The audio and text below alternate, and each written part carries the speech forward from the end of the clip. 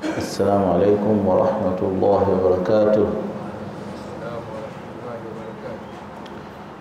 بعدكم حميد ويزيد سبحانه وتعالى لكتك رحمة أمان متميت محمد صلى الله عليه وآله وسلم.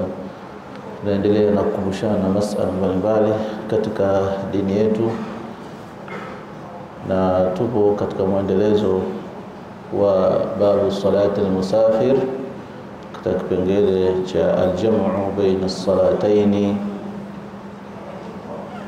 somo la shurut jam'u taqdim.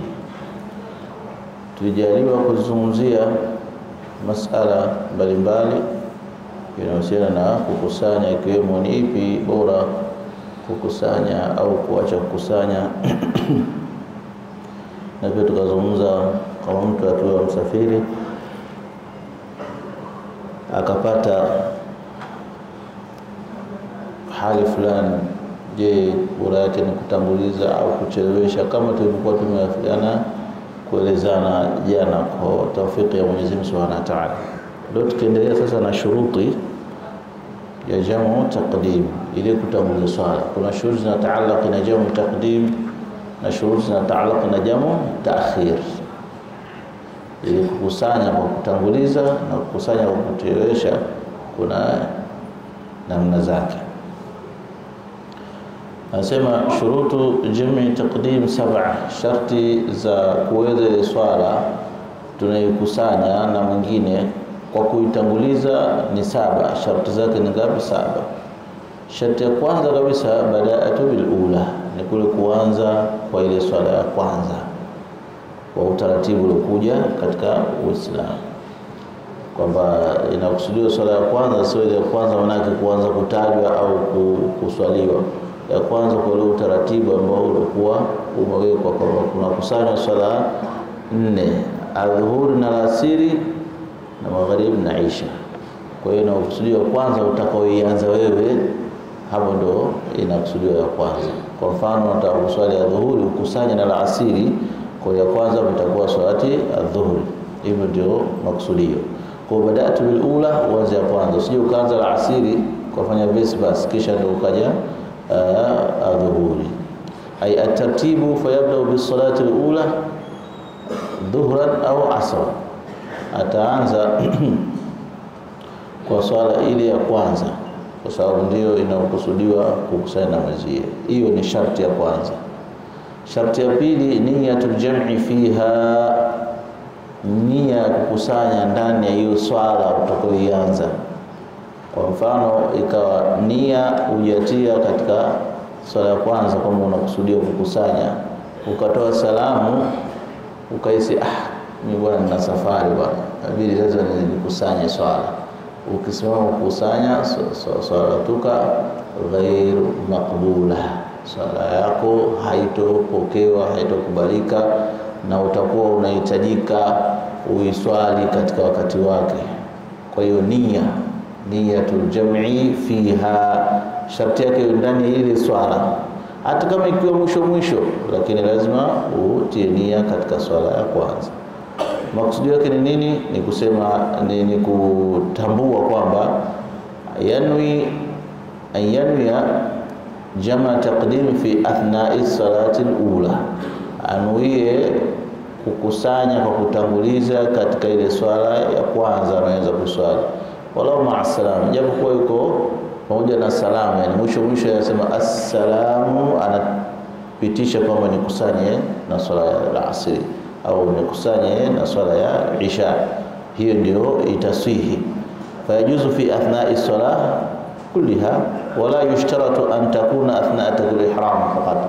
Kuna maulama wamelazimisha ile nia iwe ndani ya takbiratul ihram, yani kwa unaposema Allahu akbar umeshatia nia pamoja na kukusanya.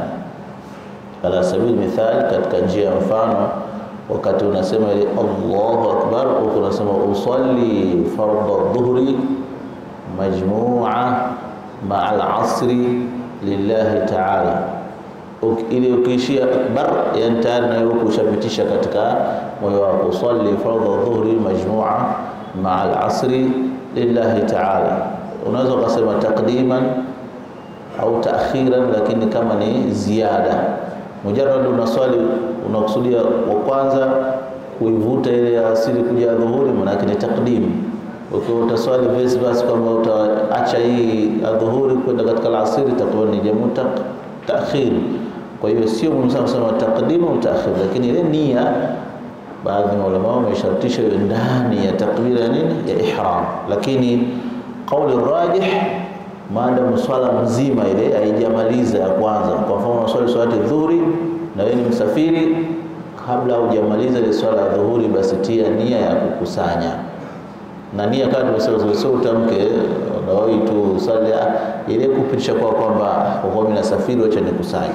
Ikiwa haijakuja hisia hivyo, umemaliza ukasalimiana afu kaona mimi bado ni msafiri bwana, acha ni kuswali, ghairi makbul. Yani itakuwa hiyo swala haiungani kabisa, la tanaqidu salatuka, haishikani, na utakuwa wakati wako ukiingia uswali, kwa sababu umepoteza sharti katika moja ya masharti ya kusihi jamu. Kwa hiyo niyatul jam'i fiha, nia ya kukusanya ndani ya swala ile ya kwanza,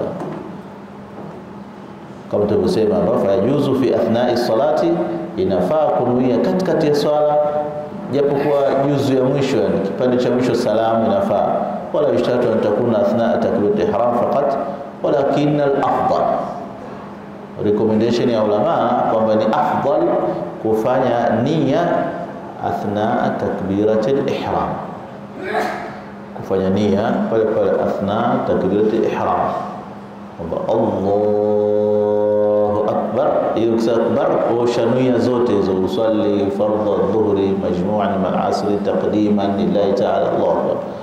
Kama nakuwa tena na qasri, wasema usalli fardhu maghrib majmu'an ma'al 'isha maqsuratayn lillahi ta'ala, Allahu akbar. Nia zipo katika vitabu, lakini ile hisia yako ndio inaozingatiwa sana. Namna ya utamkaji kila mmoja alivyowafikiwa kutamka, lakini vimeelezwa katika vitabu vya fiqh kwamba namna gani utakuwa unatia nia. Si wepesi kushika mara moja, unalakiniwa kidogo au utaandikiwa, utazoea. Lakini muhimu kwamba ni bora kuwa athna takbiratul ihram. Ndio sunna kurefusha ile nini, takbiratul ihram isiwe haraka haraka. Hapo kidogo watu wa tajwidi watatuomba radhi kidogo. Na iko kauli Imam Ghazali amenukuu kwamba lafdhul jalala, ingawa watu wa tajwidi wenyewe wakubali, lafdhul jalala yafaa kuvuta mpaka haraka 12. Manake katika mambo ya ilmu tajwidi, yani tahsin alqiraa, kuna taratibu zake za usomaji, kwamba ikiwa ni mada ya harakateni utakiku mambo mada tabii ambayo ipo katika lafdh jalala Allah, mada tabii, yani uvuti isipokuwa haraka mbili tu, na haraka mbili ukasema ni mujarrad ile wa migongo miwili ya dakika, ndio maana haraka mbili, ikiwa maana haraka mbili. Sasa ziko mada unaweza ukavuta mwisho haraka 6 tu bas, hakuna ziada ya mada katika ulumi al-Qur'an au ahlu at-tajwid, hakuna. Ila imenukuliwa kauli na fuqaha, ndio maana watu wa tajwid wenyewe haikubali. Fuqaha wanasema kwamba kwa heshima ya lafdhu jalala unaweza ukavuta mpaka haraka 12, unaweza ukavuta mpaka haraka 12. Ndio pale sasa unapokuwa unairefusha ili kidogo upate wepesi wa kukamilisha ile nia Allahu akbar, kwa namna itakuwa imewepesisia. Haikuingia ile nia, unarudia tena, kwa sababu nia ni ruknun min arkani salat, kwa lazima uipe chance ipatikane. Sio mjaribu tu naogopa kuvuta sana au nitaonekana narudia, ni bainaka wa baina Allah, kama tunavyoambiwa kwamba ibada fi dhanil abdi, katika ile dhana ya amd ikoje, imesilihi, ndio hapo imesilihi. Haijasilihi utakuwa urejee mpaka pale dhana yako ione kwamba sasa nimesilihi, imekubali nia kama hiyo. Hiyo ni sharti ya pili. Ya kwanza kuanza na swala ya bilula ya kwanza, na sharti ya pili nia ya kukusanya ndani ya swala ile ya mwanzo. Sharti ya tatu baqa'u waqti al-ula, kubakia wakati wa swala ile ya mwanzo unaanza kuswali, kubakia wakati wake. Ubakie wakati wake kwa kiwango ambacho anaweza mtu akaswali swala mzima ile. Wale wengine wakasema anaweza kuswali swala mbili mzima. Yani maana yake kama unaswali al-asri wakati ubakie kama unaweza kuswali rakaa 8 au kauli nyingine unaweza kuswali rakaa 4, yani asli yenye kwamba ule wakati ubakie wewe ndio ufanyaje ndio uweze kutekeleza swala kama hiyo. Baqa'ul waqti, sharti ya tatu baqa'u waqti al-ula, kubakia wakati wa ile swala ya kwanza. Ingawa mwingine wakasema ni ikhtilafu katika ulama ndani ya madhhabu Shafi'i, una ikhtilafu baina Imam Qalyubi na Ibn Hajar na Ramli, au mambo ya wenye muhaqiqul madhhab. Sisi tukijua hukumu inatutosheleza zaidi kwamba kwa hiyo baqa'u waqti al-ula, kubakia ule wakati wa swala ya kwanza kabisa, ay la yajuzu, haijuzu hiyo jamu illa isipokuwa idha baqiya, itakubakia zamanun, muda min waqti as-salati al-ula, ya ile swala ya kwanza, yumkinu huwa da'u salataini fihi, inamkinika ndani yake kutekeleza swala mbili. Ndio hapo sasa utaruhusika kufanyaje kukusanya. Kwa maana masharti yake haya sio mjarrad tunataka kukusanya na mwingine kwa sababu mimi nitaswali jamu taakhir, akaenda akaona nitabanika mbele, kwa hiyo ni swali jamu takdim. Sasa kipimo ni hicho kwamba unapotaka kuswali kwa kuitanguliza swala ambayo inakuja, ubakie wakati wa swala ya mwanzo ile, kama unaweza kuswali swala mbili kwa pamoja fi qawli wala swala moja, lakini dhaifu. Kauli mbili nini, swala mbili ndio kauli yenye nguvu. Baqa'u waqti ula, hiyo ni sharti ya tatu. Sharti ya nne ambapo hapa ndo wengi sana hapa tunateleza hapa, kwa muonekano wewe umeswali jamu huko unadaiwa kuswali hujaswali, na nini almuwalatu bainahuma, kuzifuatanisha zile swala.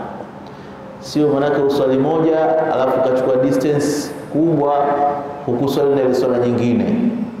Hapo hata kama wewe ni msafiri wa safari ya masafa zaidi ya 2000, lakini itakuwa haisihi swala yako kwa kupambanua zaidi. Wakatuwekea wanachuoni makadirio hapo ya kiurfu, haikuwepo kwamba lazima iwe ile urfu, yani akili ya kawaida, ada ya kikawaida, kwamba inakumwa hapo parefu hapa sio parefu. Lakini maulama kwa kutoka shakani wakatuwekea nini, uswali rakaa mbili khafifatain wala birak'atain khafifatain, yani baina ya swala ya mwanzo na swala ya pili kusiwe na distance inayozidi rakaa mbili hafifu zile za swala. Kama unajua unaswali rakaa mbili za sunna, kwa nyingine mtu akiswali sunna arefusha, lakini rakaa mbili hafifu. Sasa rakaa mbili hafifu nayo ina tafsiri yake, nayo ni nini? Ni kuswali ile swala ya sunna kwa mambo ya fardhi tu, ukaacha ile mambo ya sunna. Ile rakaa mbili tunaposema rak'atayn khafifatain ni kuziswali zile rakaa mbili za sunna, lakini kwa njia ya wepesi, yani kusoma mambo ya fardhi kama sura Fatiha, sura kadha, ukaacha zile takbiratul intiqalati ukawazifanya, tasbihati ukaziacha. Namna hiyo ndio inayokusudiwa katika neno la wanachuoni bi rak'atayn khafifatain. Sasa hapa wengi ndio inakuwa tunakosea. Mtu ataswali saa nyingine ndio anakusudia kukusanya, kashatia nia kile, lakini ikatokezea mmoja katika wenzake mzisha au kuna jambo alifanye au likatokea na jukumu kadhaa kalifanya hilo, lakini anajua kwa sababu nasafiri nitaswali tu, kwa hiyo anachukua muda kidogo, inaweza kupita dakika 5 ikapita dakika 10, mwingine mpaka saa moja mzima, alafu ndo anarudi anaswali swala ya safari ya kukusanya. Huyu hapo haikubaliki, inatakiwa hapo hapo isichukue distance, kama vile ilivyokuwa haitakiwi baina khutbat al-jum'a wa salah, inatakiwa muwala wafululizo, basi acha distance kubwa kwa hizo rak'atayn khafifatain. Sasa hapa wengi wetu ndio mara nyingi tuna pakosa hapa. Utaona watu mara moja nimeshuhudia watu wametoka kabisa mpaka nje, bwana mimi saa 8:30 nitakuwa na safari, nimeshasahau kuswali safari, acha nikapige kabisa. Akarudi zake ndani ya msikiti kwenda kuswali swala ya safari, atakashazuka amezungumza mwenzie nini kwa sababu kosa hizi sharti. Kwa hiyo atakuwa muwala kufuruliza baina hizi swala mbili. Ai la yatul fasl baina salatayn, isirefuke nafasi kati ya swala mbili. Fa in tala al-fasl, ikiwa imerefuka, fa in tala, sasa ikiwa imerefuka hiyo upambanuzi urfan, kwa kiurfu ya tabia, baadhi ulama qaddarahu bi rak'atayn khafatayn lam yajuz al-jam', na bado swali peke yake time yake. Kwa hiyo hapo haijuzu nini? Haijuzu kukusanya. Sharti ya 5, dhannu sihhati al-ula, ije dhana kwamba swala ya kwanza imeswihi. Ikikupitikia dhana swala ya kwanza haijaswihi, maana yake ufai tena kukusanya, kwa mpaka ile swala ya kwanza iwe imeswihi. Kwa mtu umeswali lakini ukaona mashaka, si niliosha mguu au sikuosha au nilipaka maji kichwa, kwa sababu katika sharti ya kuswali swala ni udhu. Kwa hiyo ukawa kwamba unajua kwamba swala ya mwanzo haijaswihi kutokana na kipengele 1, 2, 3. Kwa hiyo hapo hata ukiswali swala ya pili haitoswihi pia. Inatakiwa sharti yake iwe dhannu, kuwe kuna dhanna sihhati al-ula, ya kuswihi ile swala nini ya kwanza. Wanatuambia wanachuoni kwamba fala yajuzu al-jam'u baina butulani as-salati al-ula, haifai kukusanya kama kukiwa kunatokea kubatilika ile swala nini, swala ya kwanza, mpaka itekelezwe ile swala nini, swala ya kwanza. Sharti ya 6, dawamul udhri. Hiyo ni simple, dawamul udhri ila tamamil ihrami bithaniya. Tamamul udhri, kuendelea udhur wa safari mpaka itimie ihram ya swala ya pili. Udhur wako safari uendelee. Hiyo mara nyingi kwa wale zetu mabaharia inaweza kutokea yuko ndani ya meli, wameingia sehemu, wamekaa sasa, mara nyingine mmoja kasinzia, watu washapanga safari lakini mmoja labda kasinzia, kaamka bwana ngoja ni swali. Athna swala, umaliza swala ya kwanza vizuri huko, lakini swala ya pili watu washafika katika mji. Kwa hiyo udhuru wa safari umefanyaje? Umeondoka. Kwa hiyo anapoelimia ile swala ya pili anakuwepo ameshaondoka na sifa za kukusanya, kwa maana yeye ni msafiri. Kwa hiyo hapo sasa, au mtu alikuwa anaumwa kaisikia vibaya, hawezi, kashatia nia ya kukusanya, lakini yuko raka ya 3, yuko tashahudi, amejishi siha kwamba anaweza akaswali vizuri, basi hapo itakuwa. Lakini kitokezea mpaka takbira ya ihram ya swala ya pili, takbira ihram ya swala ya pili, yani swala ya kwanza kashaitekeleza, sasa anaelimia swala ya pili. Kwa mfano mtu anakusanya dhuhuri na alasiri, akaswali dhuhuri kamili, anataka kunuia sasa ile swala ya pili, sema Allahu akbar, alipomaliza Allahu akbar nia swala ya pili, safari udhu umeisha. Hapo tena yeye hataambiwa kwamba atimiza, ataswali nini, acha kukusanya, ataswali vile vile kama alivyokusudia kuswali. Lakini ikiwa kabla yake ufai tena kukusanya, utasubiri time yake ifikie. Ulama ndio wanaeleza kama hivyo. Sharti ya mwisho na ya 7, al-ilm bi jawazi jam'i, kujua ujue kwamba jambo la kupunguza hili linahitajika sharti maalumu, sio hivi hivi tu. Kwa mfano, ayakuna safaru tawilan, ajue masafa ya safari yanafaa kufanya hivyo, na pia ajue hii safari ni mubah, maana inaruhusika. Kwa mfano, kujua kwamba ameshatoka nje ya mji au bado yuko ndani ya mji, hili ni jambo pia linatakiwa mtu alijue. Kwa hiyo al-ilmu bijawazi jam'i ni sharti katika masharti ya kukusanya, ingawa ilmu ni sharti kubwa katika kila ibada tunaifanya. Kila jambo tunalofanya linataka ilmu. Bila ilmu hakuna ibada inayokubalika, kama vile tunavyoelezwa na wanachuoni, wa kullu amalin bighairi ilmin yu'malu mardudatun la tukbalu. Kila ilmu, kila amali inayofanywa pasina ilmu haikubaliki, inarudishwa, kwa sababu sharti ya kuswihi ni kuwa na ilmu. Kutokana na wakati tukome hapo, Mwenyezi Mungu tuwafikia, tutaeleza shurutu jami ta'khiri kesho biidhnillah ta'ala, na siku yetu ya Alhamisi itakuwa siku ya kuulizana maswali insha Allah, kwa sababu itakuwa nusu mwezi. Atuwafikie Mwenyezi Mungu kwa na kukumbushana tuweze kuyafanyia kazi, tuwe miongoni ambao yastamuna alqawla fayattabi'una ahsana. Allahu ta'ala a'lam. Al-Fatiha.